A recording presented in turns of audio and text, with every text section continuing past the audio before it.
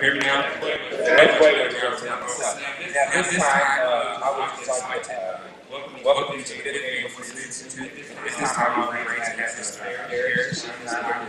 Introduction.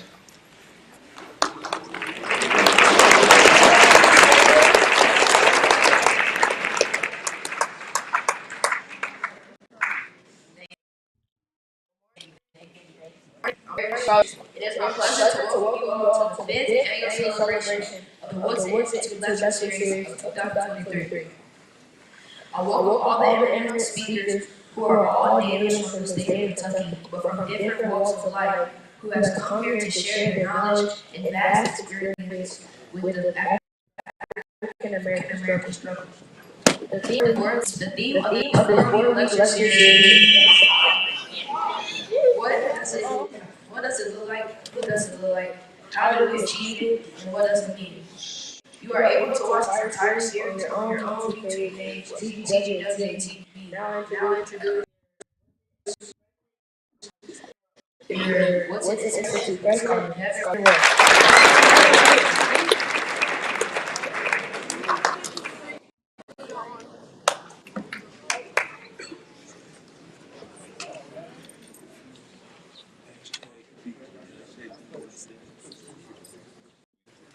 Creed.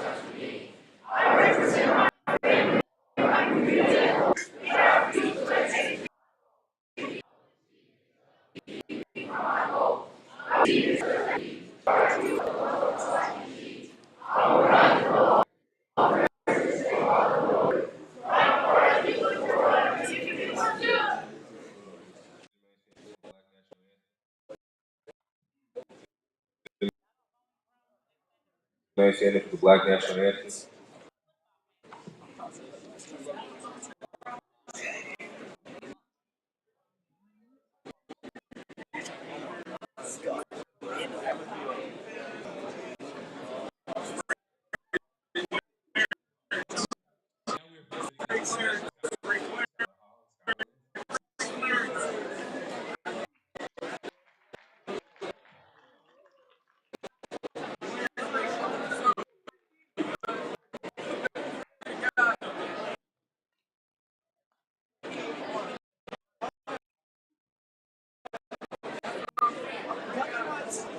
Presenting holiday.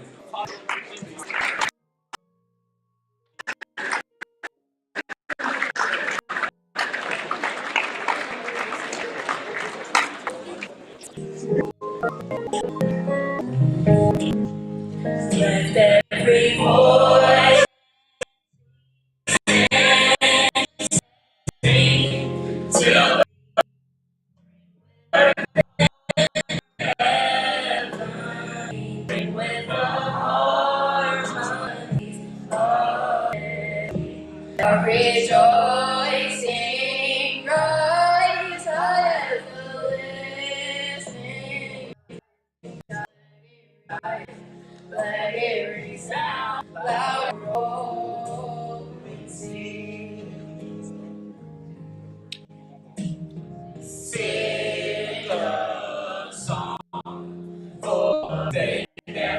darkness and sorrow. Song for the hope that the blessing has brought. Facing the rising sun of our new day begun. Let us march on till victory is won.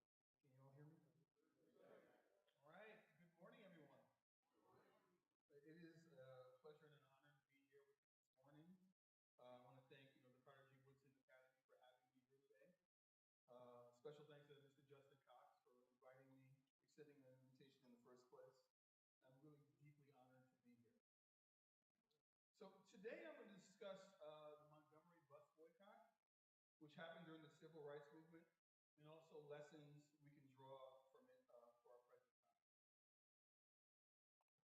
Between 1954 and 1965, the civil rights movement achieved a revolutionary transformation in the legal and social status of African Americans.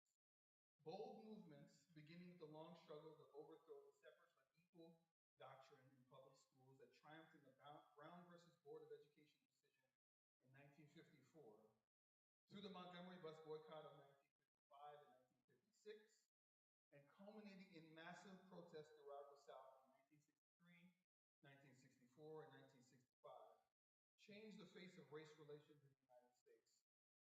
Despite fierce white resistance, legally sanctioned segregation, racial discrimination, and disfranchisement fell before a mighty coalition of civil rights groups and their allies. Although anti-Black racism and other forms of racism remained powerful in American life after 1965, and African Americans continued to suffer from economic disadvantages, the significant enlargement of freedom of opportunity and recognition of Blacks' full citizenship rights transformed America and radiated across the globe. Now, with regard to the Montgomery bus boycott, strong local communities formed the core of the civil rights movement, and they were often sparked to action the deeds of brave and committed individuals. The first and one of the most important expressions of this process occurred in Alabama's small capital city of Montgomery. Blessed with well-organized educational, religious, and other institutions, this city's African-American community of 45,000 was poised to make history. Now, the movement in Montgomery was the result of years of organization and planning by protest groups. In addition to its numerous churches, 2 Black colleges, and other social organizations, the Alabama Capitol had a strong core of protest groups. One, the Women's Political Council, or WPC, was founded in 1946 by Mary Frances Fair Burks, chair of the Alabama State College English Department, after the all-white League of Women Voters had refused to allow Black women to participate in its activities. And just to digress from this script here, Black people in the United States have a tradition of when we're excluded from different organizations that are predominantly white run, we create our own. It comes, there could be like a dental association, it could be a carpentry association, it could be a medical association, a lawyers association. We create our own in the face of exclusion and discrimination. But back to this. The WPC, it was joined by a chapter of the NAACP led by E.D. Nixon, a Pullman train porter and head of the Alabama chapter of the Brotherhood of Sleeping Car Porters. In 1943, Nixon had founded the Montgomery Voters League, an organization dedicated to helping African Americans navigate Alabama's torturous voter registration process. In the decade after 1945, these groups searched for a way to mobilize the Black community to challenge white power. Now, the 1954 Brown decision seemed to provide a means to destroy segregation and discrimination in the city. 4 days after it was announced, Joanne Robinson, a professor at Alabama State College, wrote a letter to Montgomery's mayor on behalf of the WPC. Now, the letter was delivered to the Honorable Mayor W.A. Gale on May 21st, 1954. I'm going to read from it. It's a brief letter. Dear Sir, the Women's Political Council is very grateful to you and the City Commissioners for the hearing you allowed our representative during the month of March 1954, when the, quote, city bus fare increase case, end quote, was being reviewed. There were several things the council asked for. 1, a city law that would make it possible for Negroes to sit from back toward the front and whites from the front toward back until all the seats were taken. 2, that Negroes would not be asked or forced to pay fare at front and then go to the rear of the bus to enter. 3, that buses stop at every corner in residential sections occupied by Negroes, as they do in communities where whites reside. We are happy to report that buses have begun stopping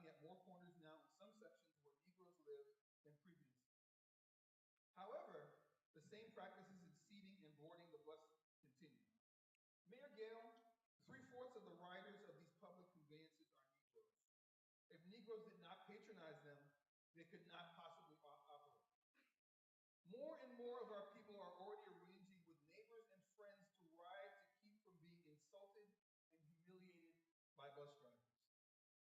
There's been talk from 25 or more local organizations of planning a city-wide boycott of buses. We, sir, do not feel that forceful measures are necessary in bargaining for a convenience which is right for all bus passengers. We, the council, believe that when this matter has been put before you and the commissioners, that agreeable terms can be met in a quiet and a sensible manner to the satisfaction of all concerned. Many of our southern cities and neighboring states have practiced the policies we seek without incident whatsoever. Atlanta, Macon, and Savannah in Georgia have done this for years. Even Mobile, in our own state, does this and all the passengers are satisfied. Please consider this plea, and if possible, act favorably upon it, for even now, plans are being made to ride less, or not at all, on our buses. We do not want this. Respectfully yours, the Women's Political Council, Joanne Robinson, President. So she sent him, the mayor, this letter. The mayor ignored the warning, and the buses remained segregated.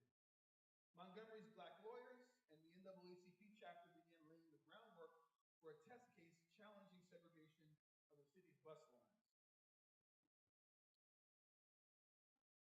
Now, on March 2nd, 1955, a 15-year-old girl, Claudette Colvin, was arrested for refusing to give up her seat on a bus to a white person. The WPC was ready to use this incident to initiate the threatened bus boycott, but E.D. Nixon dissuaded them. He felt that Colvin, who was unmarried and pregnant, would not be an appropriate symbol around which to organize. He and other activists resolved to wait for another chance.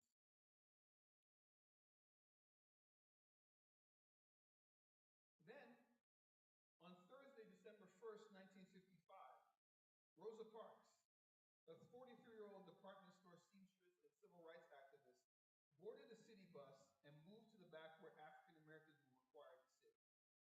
All seats were taken, so she sat in one toward the middle of the bus. When a white man boarded the bus, the driver ordered Parks to move, but she refused to move. She had not planned to resist on that day, but as she later said, she had, quote, decided that I would have to know once and for all what rights I had as a human being and as a citizen.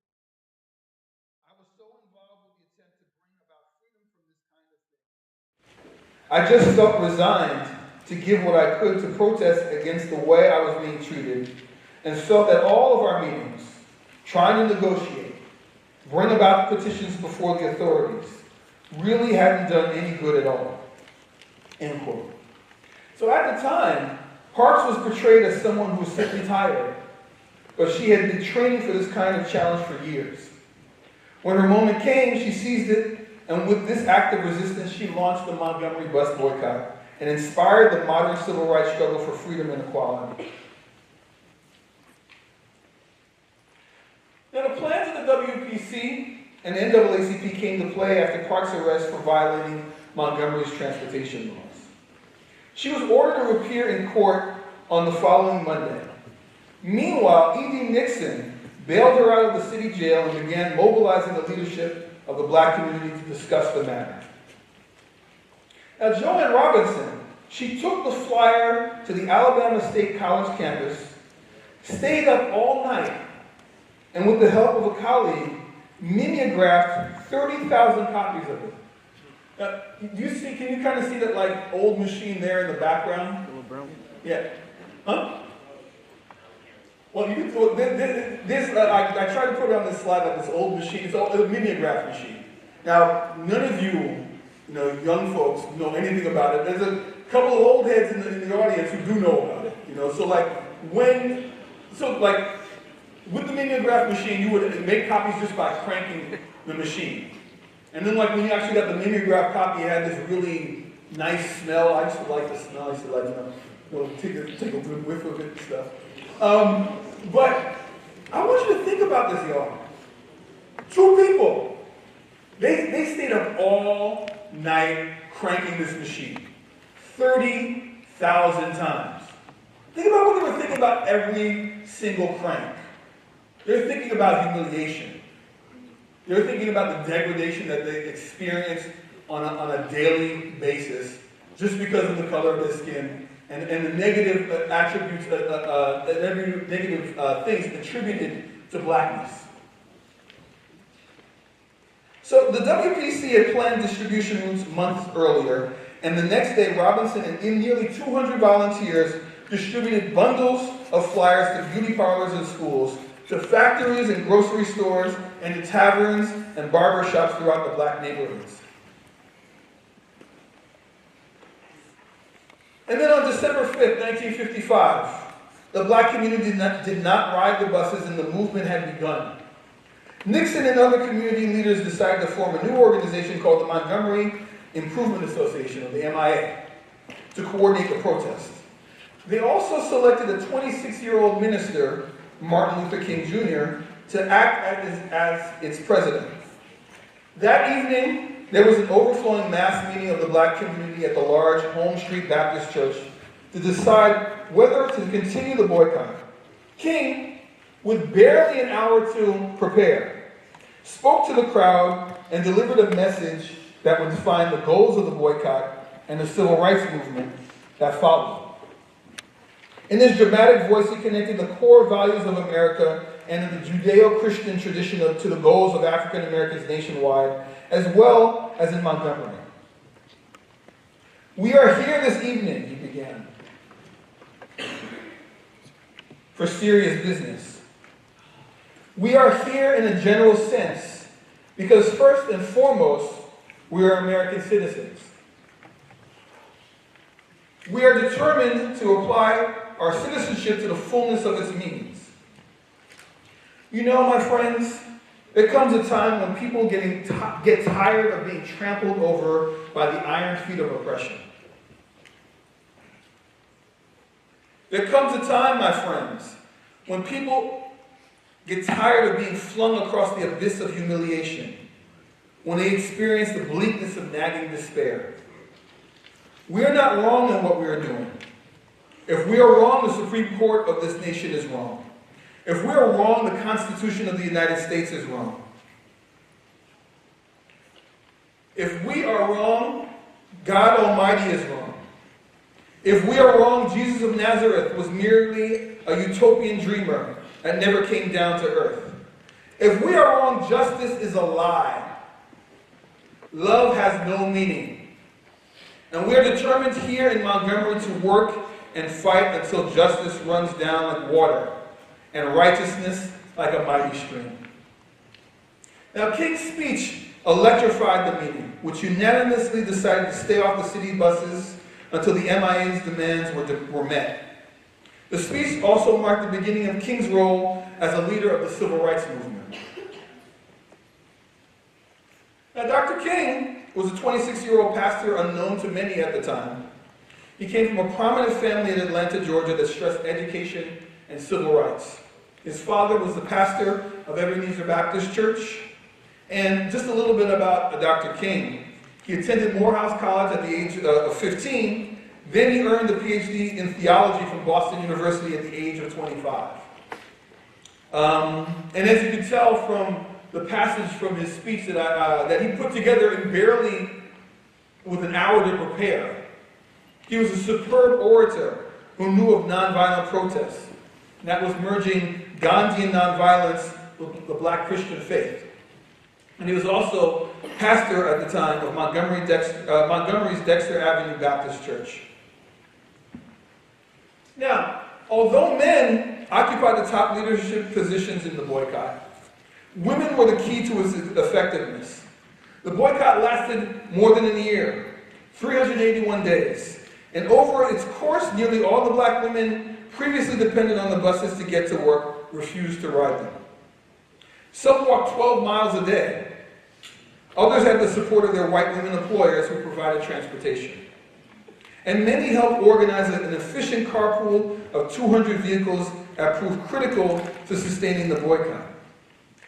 Joanne Robinson, the president of the Women's Political Council, she edited the Montgomery Improvement Association's newsletter. And if you remember from the letter that she had written to the mayor, she had observed or made the point that 3/4 of the business that the buses had were from black folks.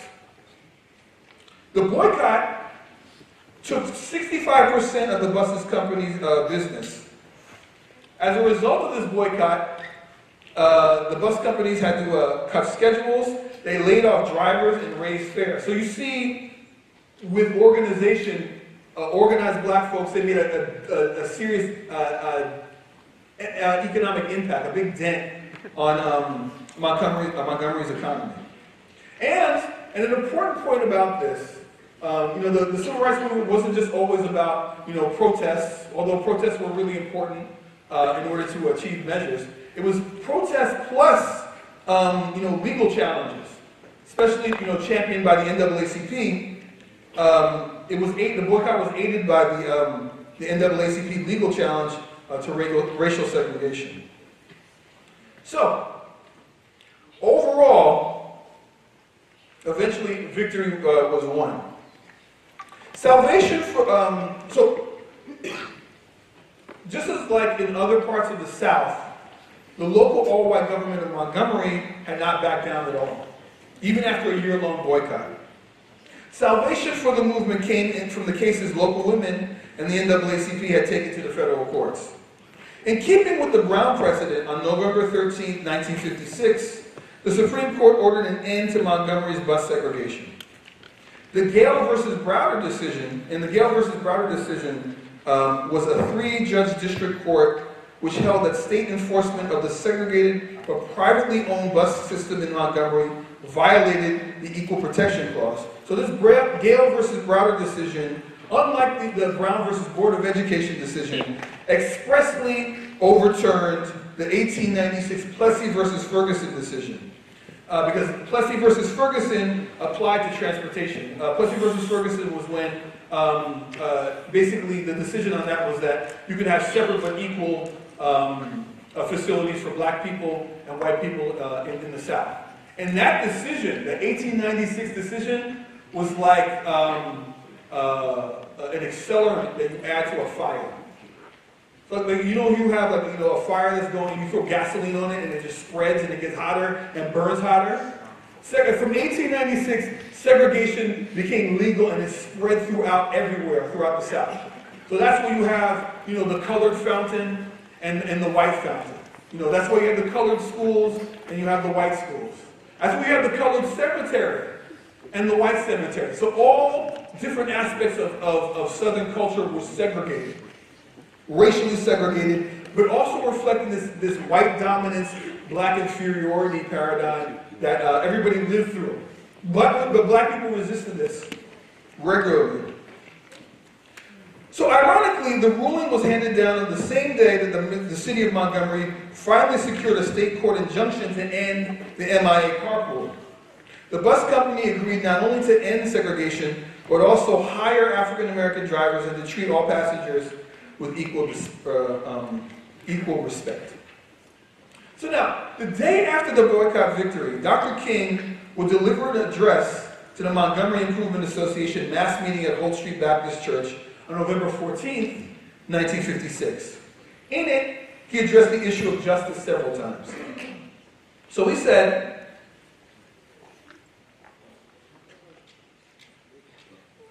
quote, "Now I want to say to you as we prepare to go back to the buses, we have before us some basic responsibilities, and I want you to hear this. I want you to abide by this. Number one, I will be terribly disappointed if anybody goes back to the buses bragging about we the Negroes have won a victory over the white people." And then there was applause. "If we do that, we will bring about a lot of undue tension." Right? "And I want you to know anyway that the decision that was rendered by the Supreme Court yesterday was not a victory merely for 50,000 Negroes in Montgomery. That's too small." Well, It's like a church service. You hear all the people in the background, all the things in parentheses happening. It's not a victory merely for 16 million Negroes over the United States. As I have said to you so many times, the tension in Montgomery is not so much a tension between Negro people and white people, but the tension is at bottom a tension between justice and injustice. All right, and I have that in bold and underscore. Okay, a tension between justice and injustice, a tension between the forces of light and the forces of darkness. And if that is a victory, it will be a victory for justice and a victory for goodwill and a victory for the forces of light. So let us not limit this decision to a victory for Negroes. Let us go back to the buses in all humility and with gratitude to the Almighty God for making this decision possible. So, some lessons that we can draw, some immediate lessons we can draw from the Montgomery bus boycott are the following. So, on December 21st, 1956, the black citizens of Montgomery sat on these buses wherever they pleased. And the Montgomery bus boycott set these examples.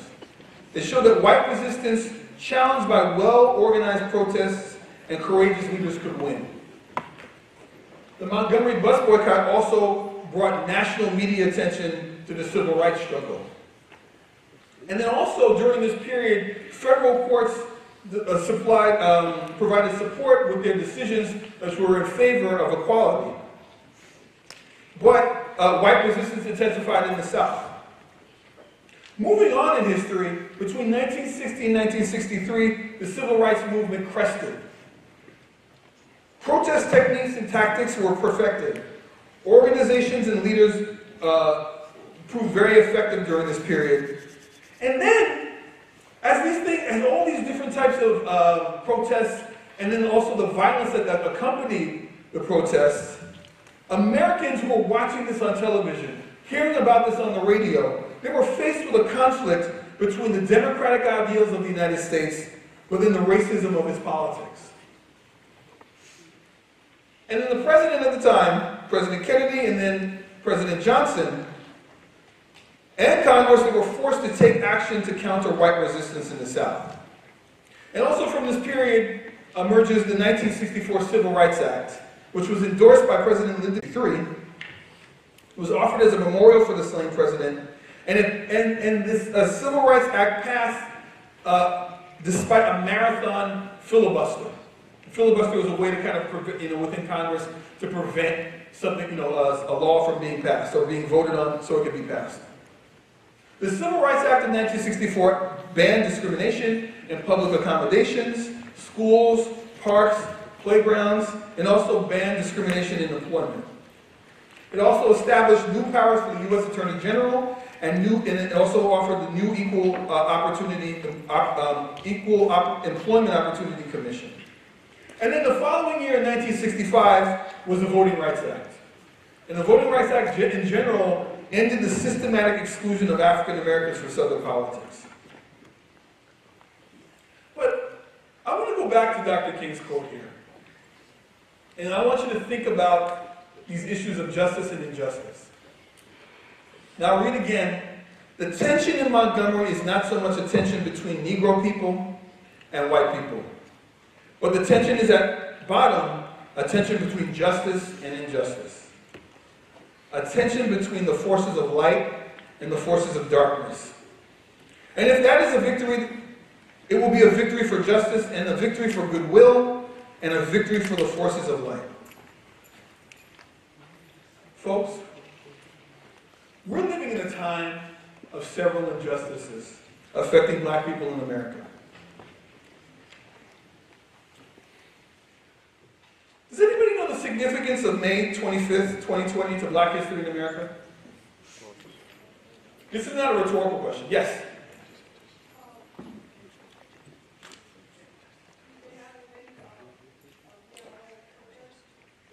Yes, there were like a lot of BLM protests, Black Lives Matter protests. Yes, thank you. Yes? Yes, thank you very much. Do people hear that? This was the day that George Floyd was murdered. Thank you so much.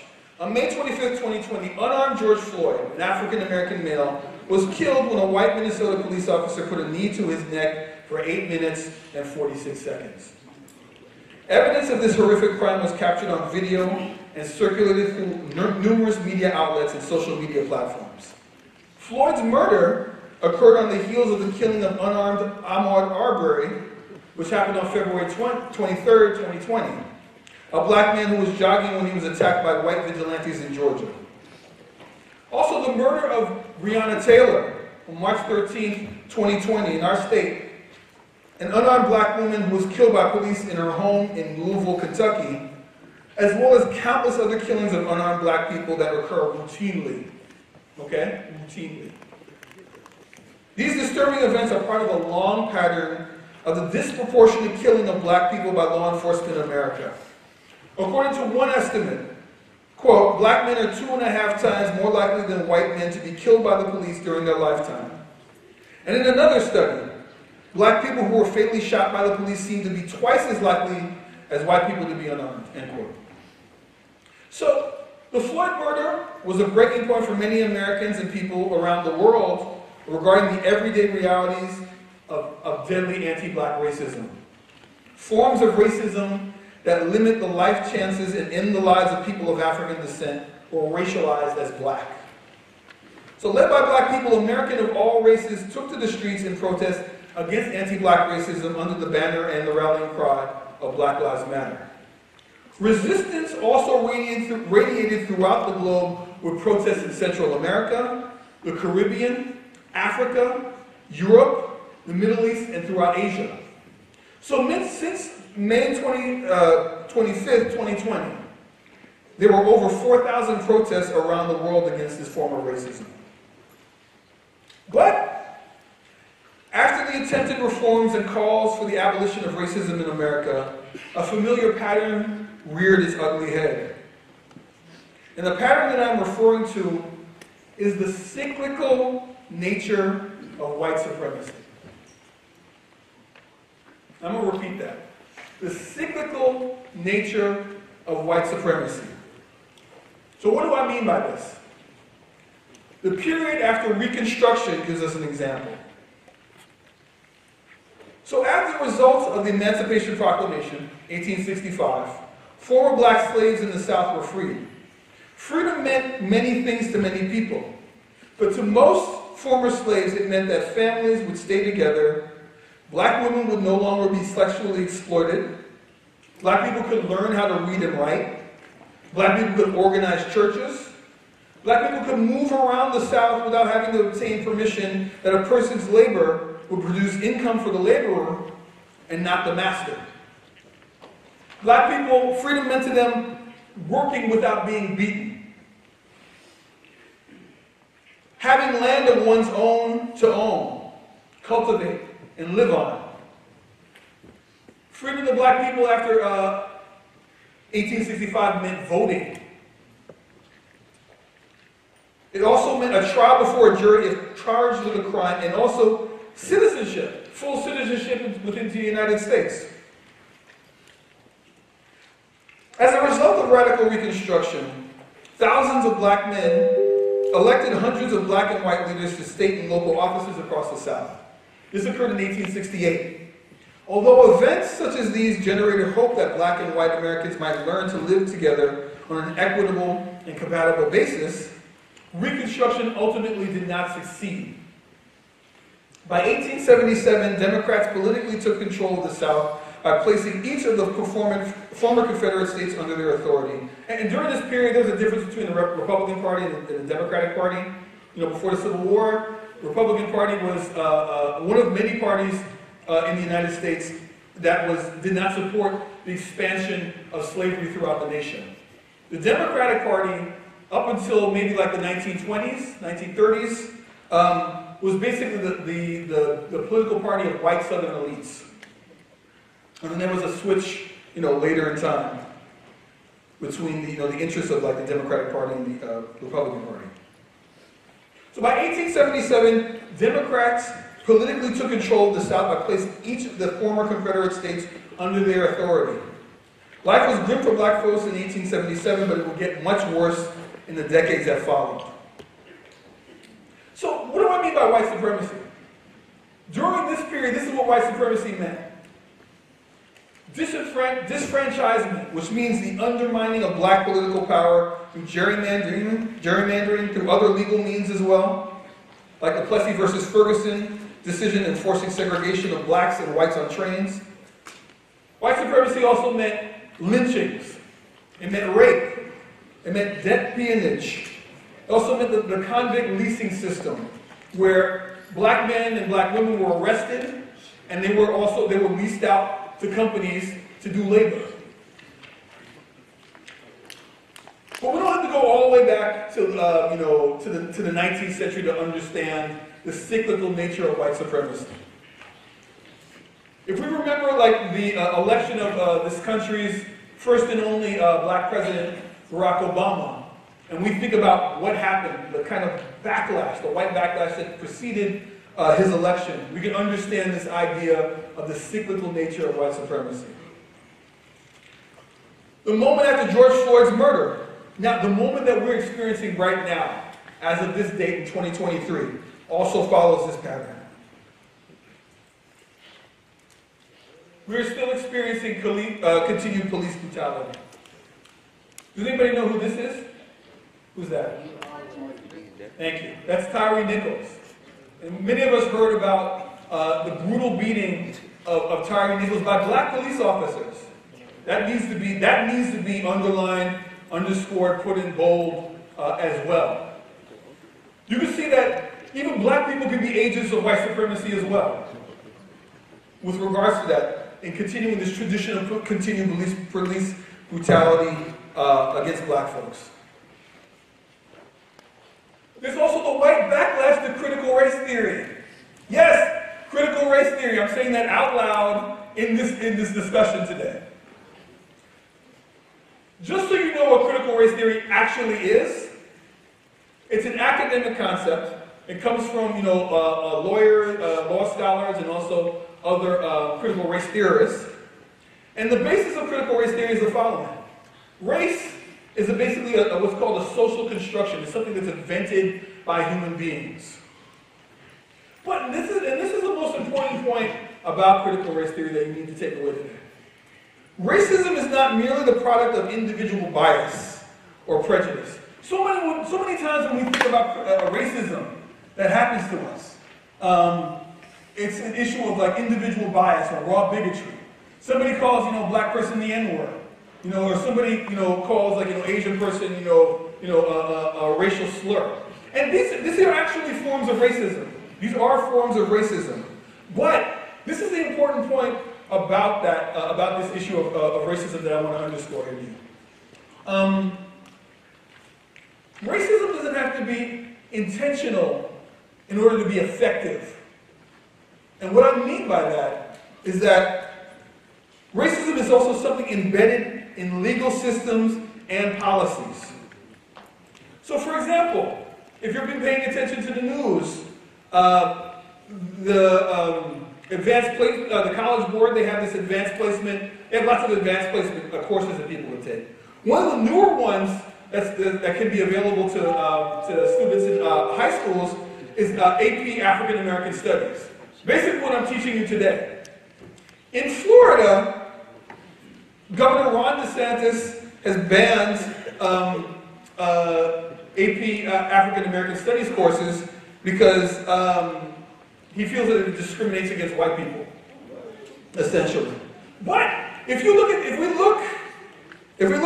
this definition about related to the white backlash to critical race theory, this issue of racism is not merely the product of individual bias or prejudice, but also something embedded in legal systems and policies.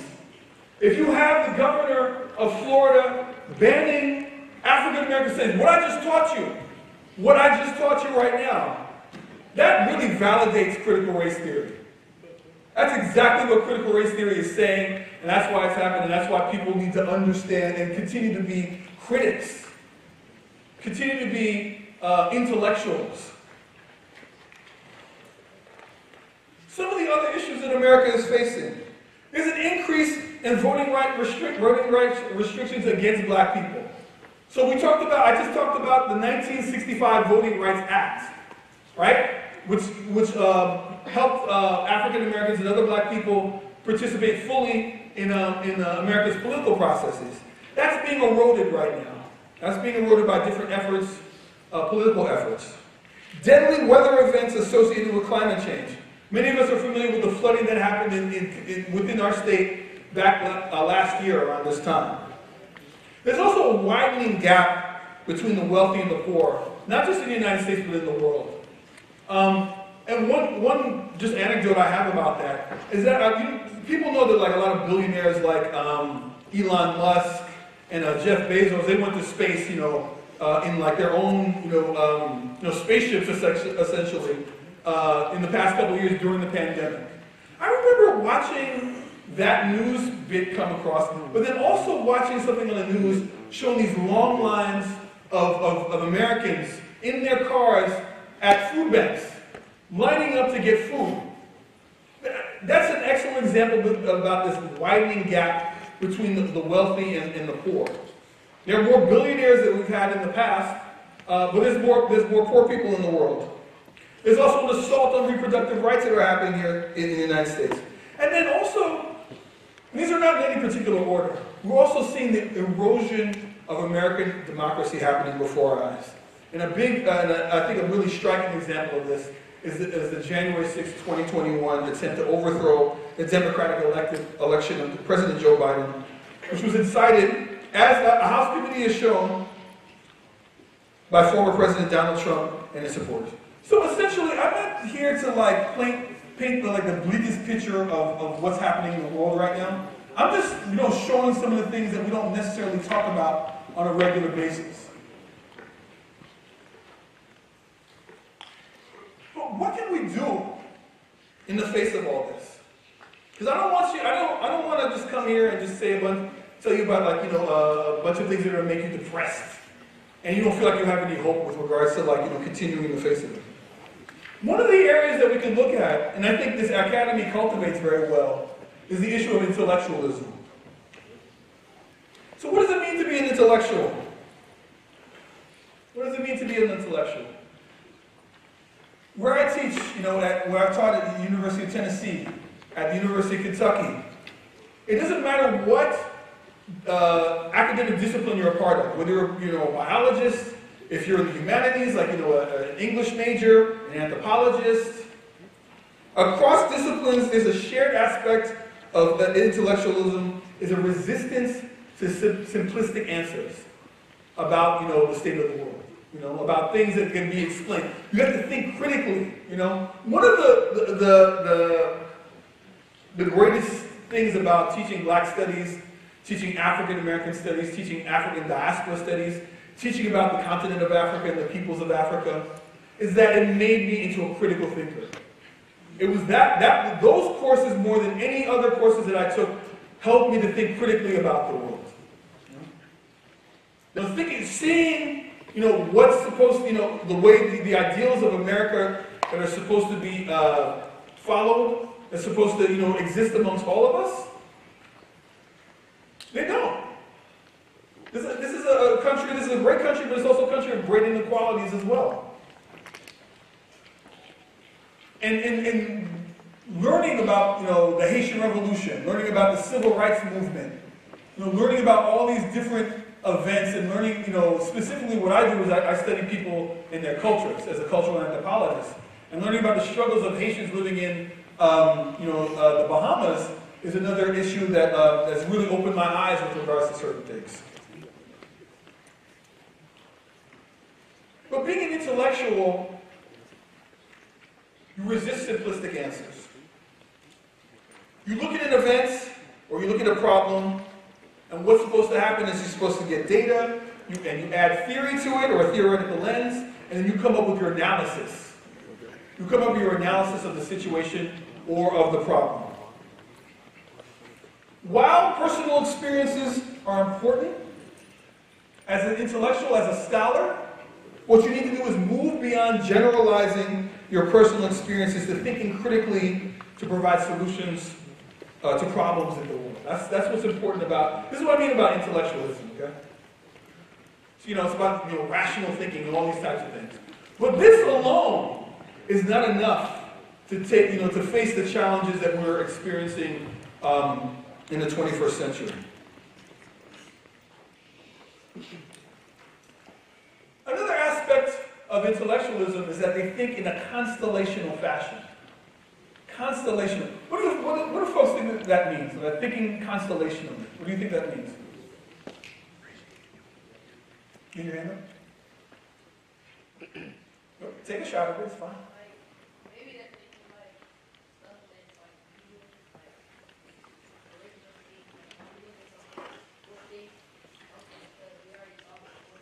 Mm-hmm. Yeah, so you already saw before. So if you don't mind, stay standing. What's a constellation? Like when we look at the stars, what's a constellation?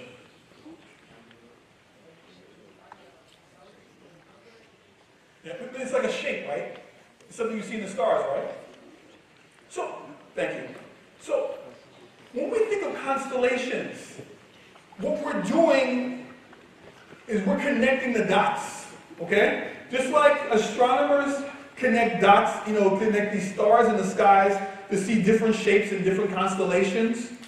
You connect the dots between different events, different things, different problems to see patterns. You'll see these patterns emerging. And when these patterns emerge, you can begin to attack the root of the problem. Case in point, the experiences that folks in Montgomery, Alabama at the time that I was talking about, some of those experiences were happening to other black folks in other parts of the South.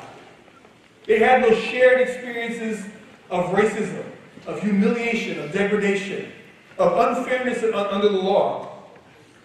And the shape that they saw was anti-black racism, was racism against, in the words of the time, the Negro.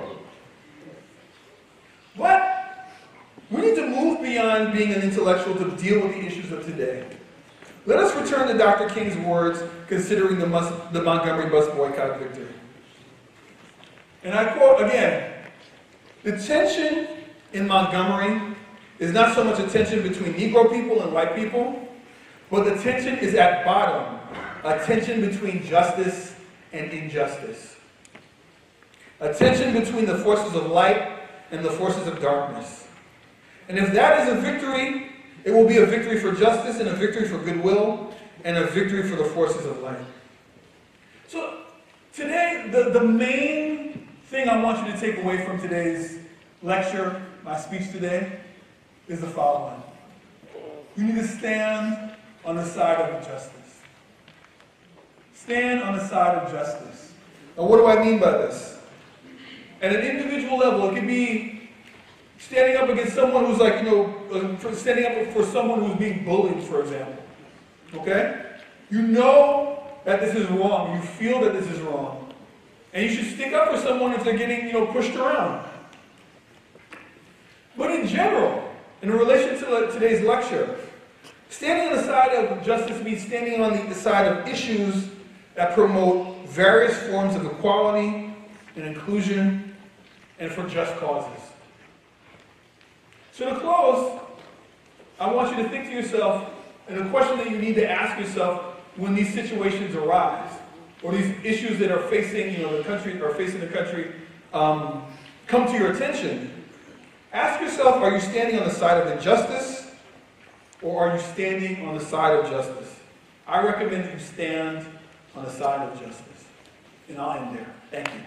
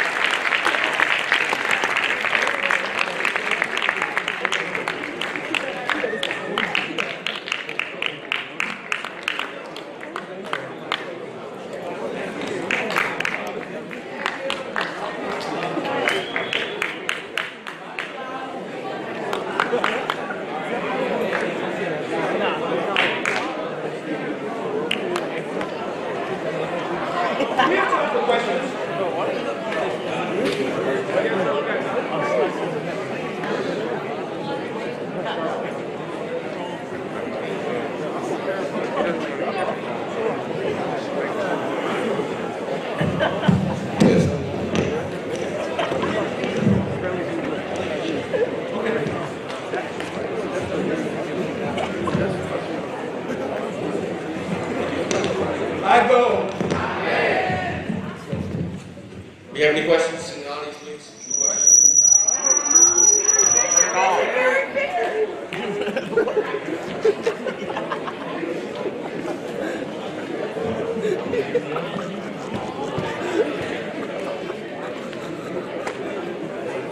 Okay, got a question over here.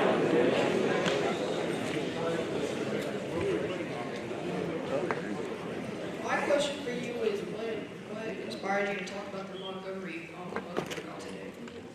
What inspired me to talk about the Montgomery bus boycott today? Thank you for the question.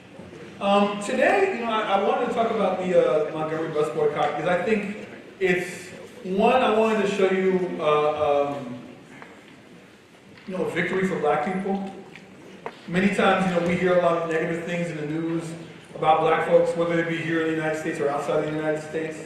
And I want to show you that, there are certain lessons that can be taken from the Montgomery bus boycott, which you can take out for yourself and use and think about, as you move forward in life. And especially this issue about the issues of, this is not an issue of black and white. This is about the tension between justice and injustice.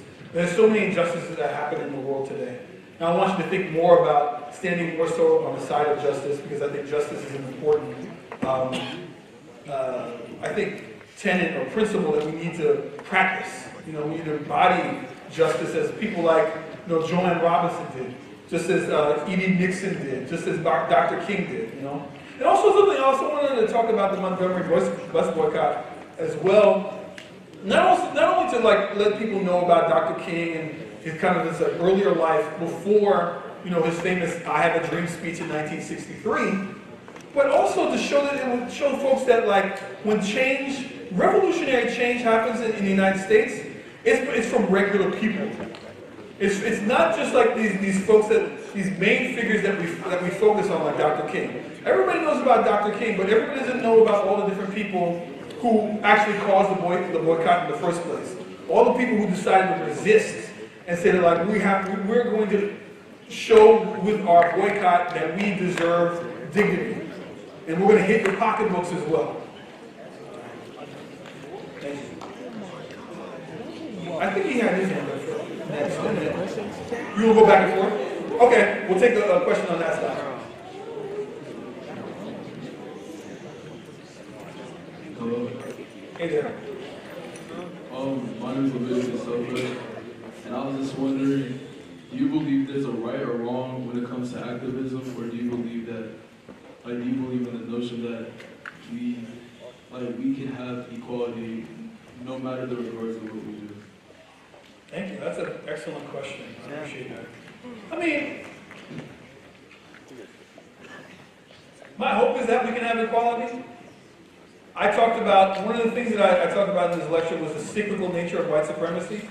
I keep seeing there's always this white backlash when they're black, it seems like, there's moments of black progress, collective black progress within the United States. And in the face of that, people can just throw up their hands and be like, hey, what's the point of even struggling for, But I think, at the core, despite the dehumanizing aspects of the lecture that I just gave, especially the dehumanizing parts of the bus boycott, of the actual, not the bus boycott, but of being on these buses, having this racial etiquette that black people have to be in deference to white people, that you had to get up and you had to sit in the back of the bus, or if you were sitting in another seat in the bus, you had to get up as a black person and leave that spot and move for a white person to sit there. I think, in the face of all of that, struggle teaches courage. It teaches bravery. And these are lessons that we all need to learn and continue to practice on a daily basis. So, I think it's definitely, I think the short answer to your question is definitely worth the struggle. And that, we have to continue to push for equality. Because I think there's other ways that we can organize our societies, our lives, in a way that can bring about equality.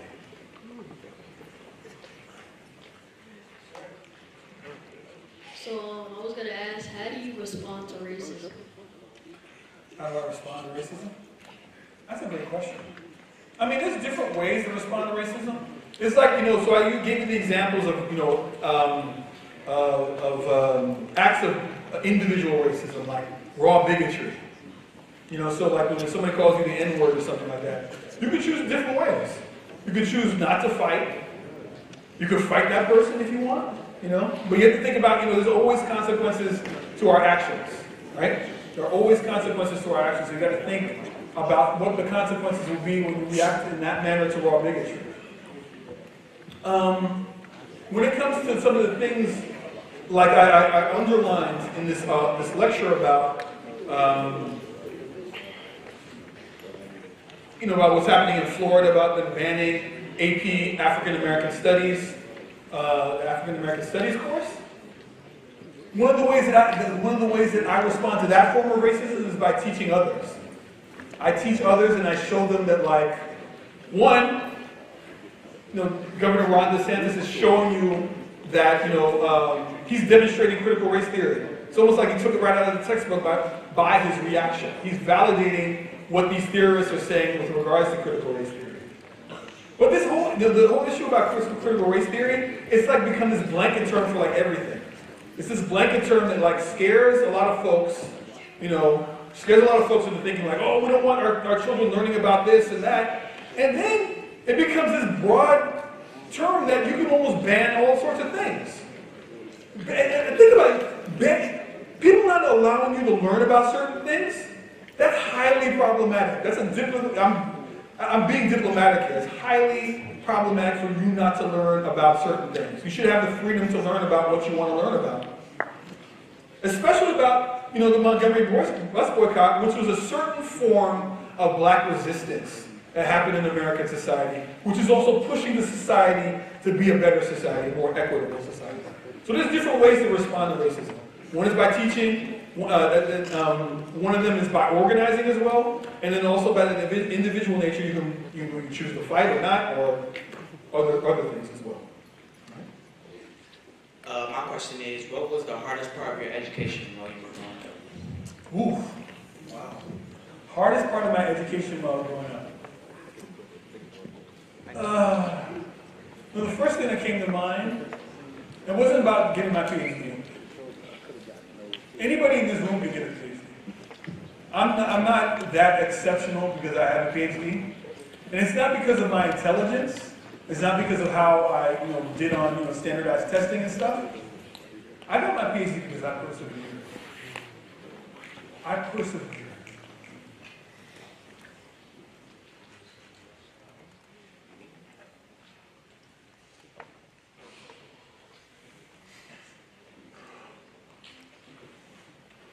It was hard. It was hard to get that degree. Especially all the things I went through.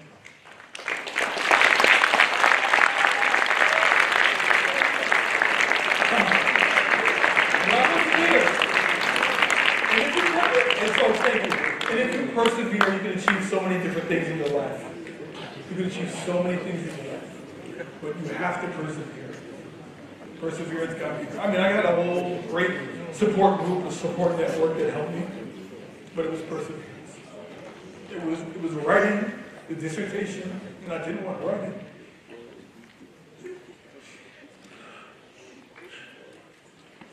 It was a moment. I didn't believe in myself. But I stuck to it. I got it done. I gave my drafts to my advisor. He took them, gave his comments back. And I got my PhD. So perseverance.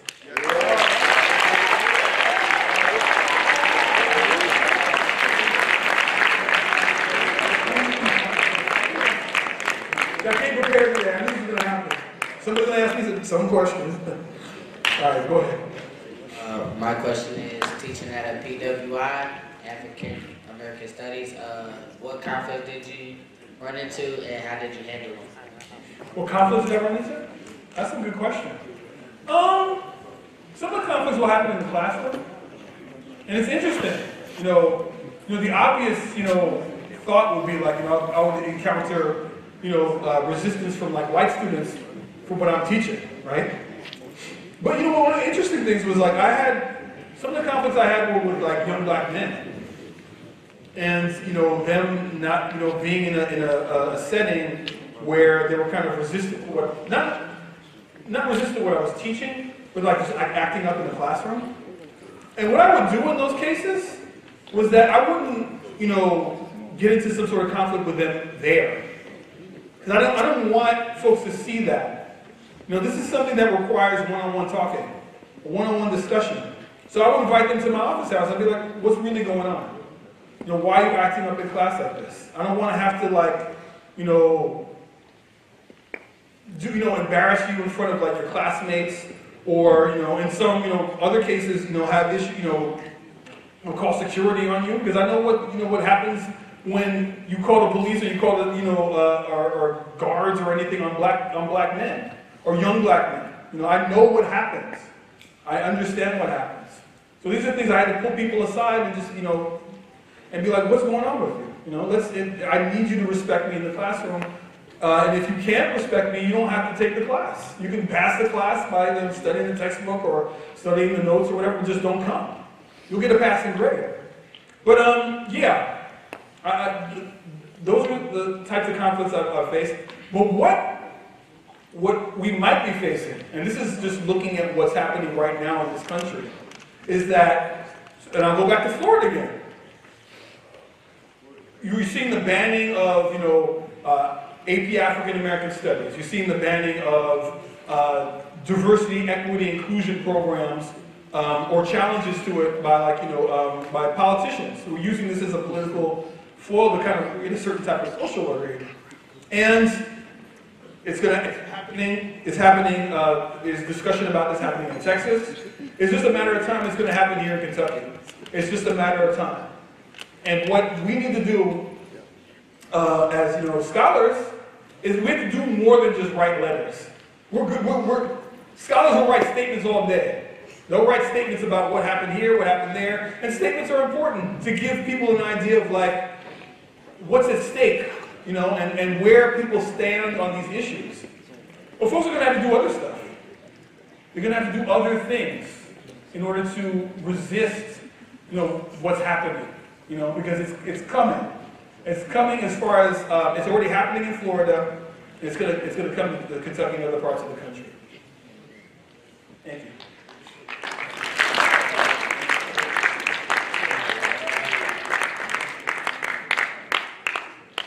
Ever a certain person or event that lifted your or helped you learn about this or fight for advocacy or for equality? That's a good question. There's a couple of different people, actually. So like when it comes to like being intellectual, that comes from my dad. You know, just watching him, you know, read the New York Times on a Sunday morning, like, you know, with his leg crossed, you know, telling me to like also, you know, use more, you know, when I got older, use, you know, more appropriate words in my vocabulary, to augment my vocabulary, to have a wider way of expressing myself. Definitely him.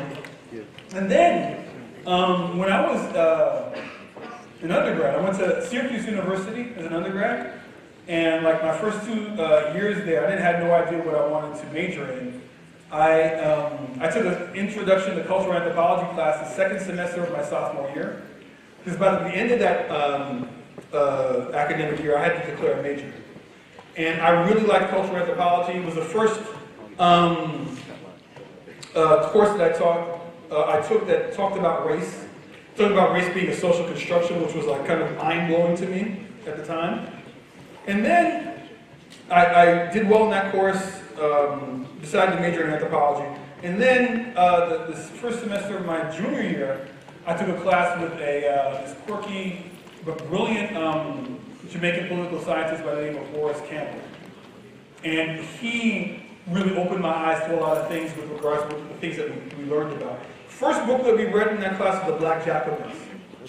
Tuesday Literature on the San Domingo Revolution by C.L.R. James, a Trinidadian labor historian. And that book started teaching me stuff about my own heritage, because I'm of Haitian descent. My parents came from Haiti in the mid-1960s to the United States. And we settled in New York, and it was the first time I left that I really was interested in learning more about that. I would say it was mainly those two people that one, my dad showed me how to be an intellectual, modeling intellectualism for me, and Professor Campbell showing me that this is what's happening to black people around the world, around the Caribbean, and then but we don't just we have agency. We have the ability to resist these types of forms of oppression, and also to give us an imagination of how to think of new worlds full of equality and things of that nature.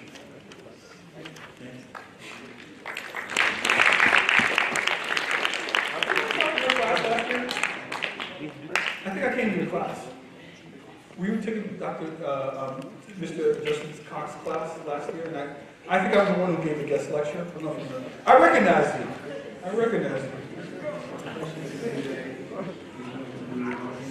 Your comments on the critical thinking. Do you think the critical thinking is the ability that's made of something that you like? And if so, what are some things that you still in lives? Fantastic question. I do not think critical thinking is inborn or innate. It's a skill that people can develop. And as I said before, it was really African American studies or black studies that really taught me to be a critical thinker.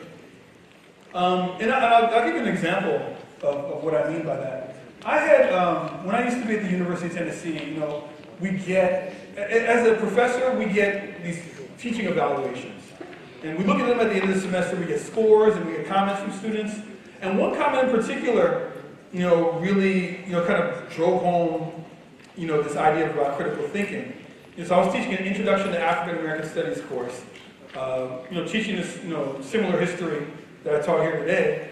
And a student had written, Dr. Louis is not teaching a Black Studies course. He's teaching a critical thinking course. By looking at how, the ideals of America, the democratic ideals of America, but looking at the African American experience and how those two categories, how they interact. If you have these democratic ideals of equality for all, but you have, this racial hierarchy which places black people on the bottom, and there's all sorts of different ways that, black people on the bottom and white people on the top, and then other races as well. In relation to whiteness, it makes you think a lot about the state of the world. It makes you think about the state of the world that you're living in, and it gets you thinking critically. It gets you thinking in a manner that questions things. You question what's normal. I think that's really important, because things that are normal, unfortunately, the continued police brutality against black folks. We shouldn't accept that as natural. We shouldn't accept that as a natural or a regular fact of American society. At this point, school shootings, unfortunately, are a regular part of American society. Some people are just like, it's going to happen. But I don't think we should be complacent with regards to that. We should ask ourselves as intellectuals, why is this happening? What can we do to combat this so that these people can go home to their families instead of, ending up dead as a result of, this violence? So obviously, being an intellectual and studying things and learning more, and also, once everybody graduates from here, if you go on to college, even if you don't go on to college, and you get a job outside of, out of the academy, being an intellectual should be a lifelong thing. You should always continually be reading, or if you like learning information in other different ways, listen to podcasts, listen to videos, watch videos. But you know what? I'm glad you asked this question, because it brought me to a train of thought here. You have to be careful from the sources that you get your information from these days. Specifically, we live in a time of great disinformation. Great disinformation, gross disinformation. Much of that comes from social media. Unfortunately, some of it comes from politicians as well, with regards to the ideas of, there could be alternative facts. I didn't make up that term. You all know where that term came from, okay? So, you have to be careful and really discern where you're getting your information from. When I used to teach classes during the Obama era, I used to tell folks to hey, go to this news site, go to the New York Times, go to read The Guardian, read and listen or read NPR's website, National Public Radio's website. But now you have to be very careful where you get your information from, because there's so much disinformation that's out there about certain things, like about the 2020 presidential election, for example. So you have to be careful where you get your sources from. Thank you. Y'all are some smart folks here. Y'all are smart. You're doing college level work right now. You're doing college. I want you to think about it. You're doing college level work. This is the same stuff I teach my classes, and you're doing college level work, so you can do this. My question for you is, what effects did protest against police brutality have on you as an African American? That's a great question.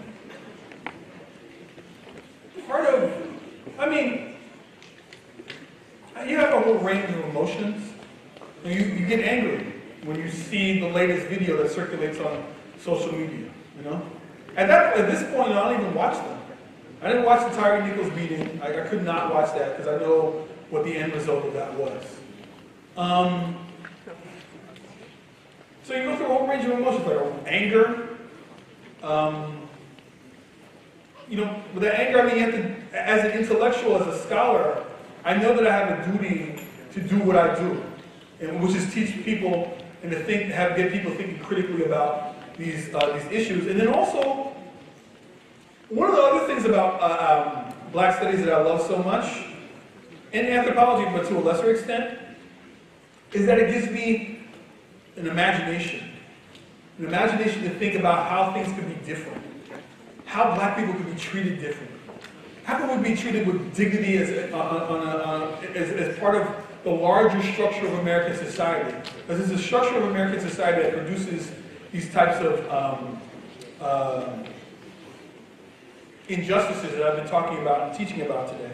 I go through a whole range of emotions and ideas and things of that nature.